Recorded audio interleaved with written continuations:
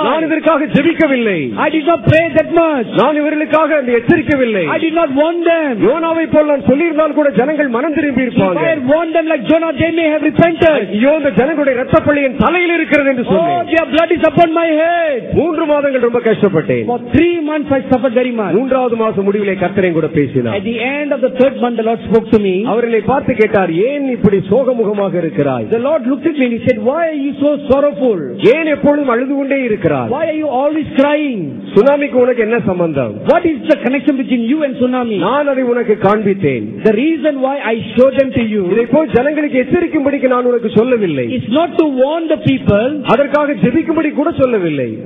It's not even to pray for that. நான் செய்ய போகிறதை பார் என்று உனக்கு காண்பித்தேன். I showed that to you so that you are a witness to what is going to come to pass. நான் பூமியிலே செய்கிற ஒவ்வொரு கிரியைகளுக்கும் நியாயத்தீர்ப்பு காலத்திலே சொல்வதற்கு சாட்சிகள் எனக்கு தேவைப்படுகிறார்கள்.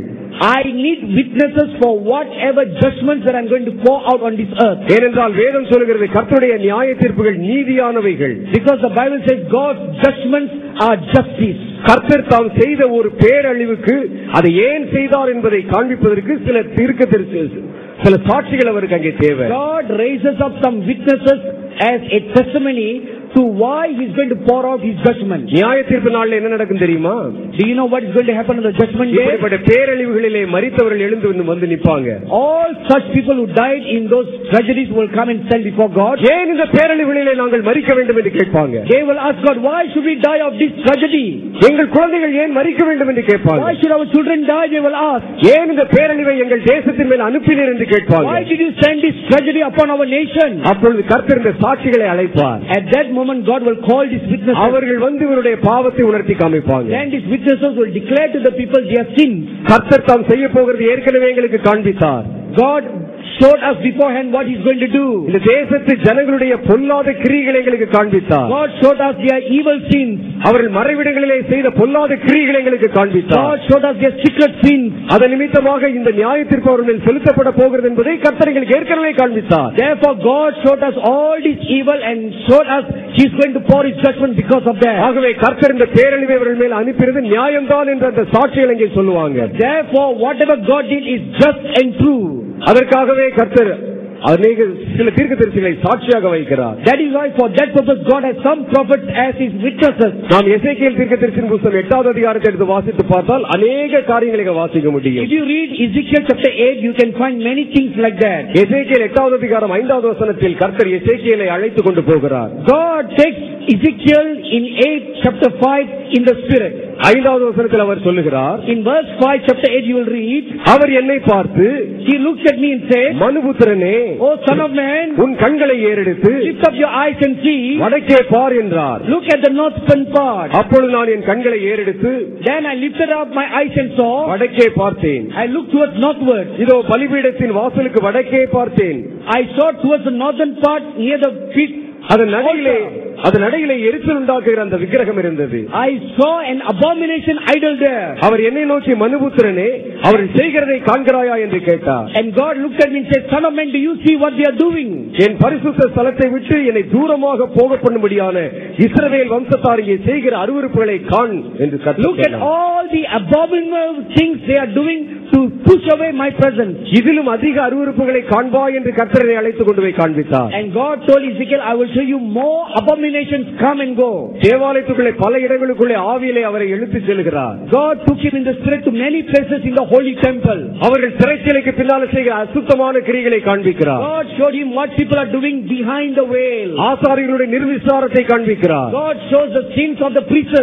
அவருடைய விபச்சாரத்தை காண்பிக்கிறார். God shows the adulterous sins of the priests. தேவனுடைய ஆலயம் தீட்டுப்பட்டு போனதை காண்பிக்கிறார். God showed that the temple has been defiled. எசேக்கியேலுக்கு ஒன்றுமே புரியவில்லை.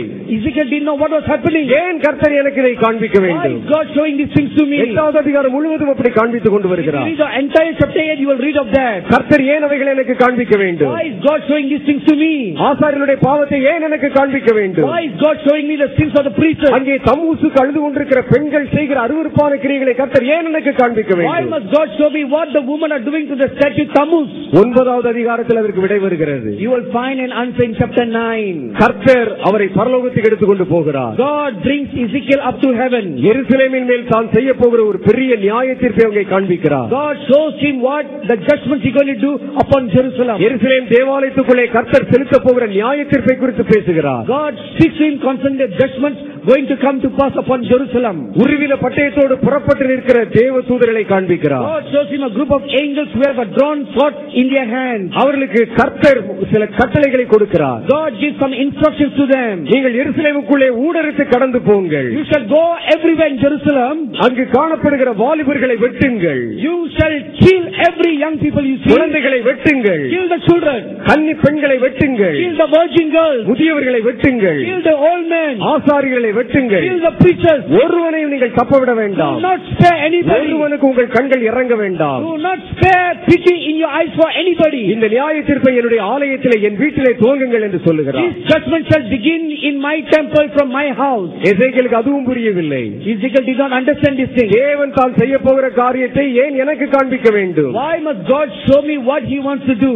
அவருக்கு அந்த திரைச்சீலைக்கு பின்னால் நடந்த பாவத்தையும் காண்பித்தார். God showed him what is happening behind the veil. கர்த்தர் வெளியே செய்ய போகிற நியாய தீர்ப்பையும் காண்பித்தார். God also showed him what is going to do outside the temple. எசேக்கியேலை கர்த்தர் தாம் செய்த கிரியைகளுக்கு சாட்சியாக ஏற்படுத்தினார். God used Ezekiel as his witness concerning what he is going to do. எருசலேமிலே ஏன் இந்த பேரழிவு வந்தது? Why this catastrophe came upon Jerusalem? எருசலேமிலே ஏன் இந்த காரியங்கள் சம்பவித்தது? Why these things came to pass upon in Jerusalem? அந்த ஜனங்களுடைய எந்த பாவத்தின் நிமித்தமாக இந்த பேரழிவை நான் அனுமதித்தேன்?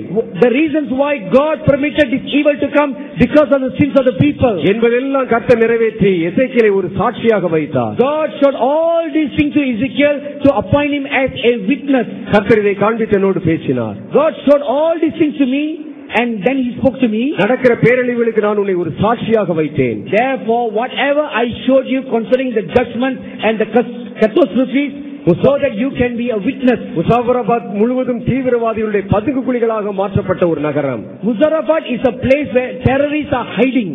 ஏராளமான ஜனங்களை கொன்று குவிப்பதற்காக அந்த தீவிரவாதிகள் தங்களுடைய பதுங்கு குழிகள் 3000க்கும் அதிகமான பதுங்கு குழிகள் இருந்தது அந்த இடத்துல. More than 3,000 caves were there where the terrorists were hiding who were planning to kill the people. அந்த பட்டணத்துக்கு நான் செய்த நியாய தீர்ப்புக்கு நான் உன்னை சாட்சியாக ஏற்படுத்தினேன். I appointed you as a witness concerning the judgment that I poured upon that city. நான் இதை உனக்கு காண்பித்த பொழுதற்காக ஜெபிக்கும்படி உனக்கு காமிக்கல. I did not show this vision to you so that you can pray. இதை போய் எச்சரிக்கும்படி காமிக்கல.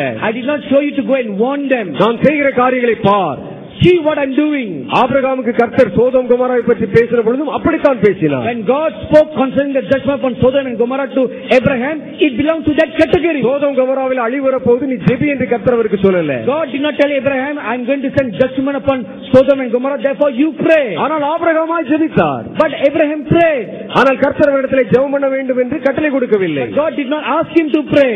பின்ன ஏன் அவருக்கு அதை வெளிப்படுத்தினார்? Then why did God reveal that to Abraham? ஆதியாகம புத்தகத்திலே நாம் வாசித்தோம் 18வது அதிகாரம் 17, 18, 19 வசனத்திலே. If you read Genesis chapter 18 verse 17, 18 and 19, என்னுடைய பயங்கரமான உக்கிரத்தின் தன்மையை உன் பிள்ளைகளுக்கு நீ போதித்து சொல்லணும். You must teach to your children the great judgments in my heart. தேவன் தம்முடைய கிருபையை பரியாசம் பண்ண ஓட்டார்.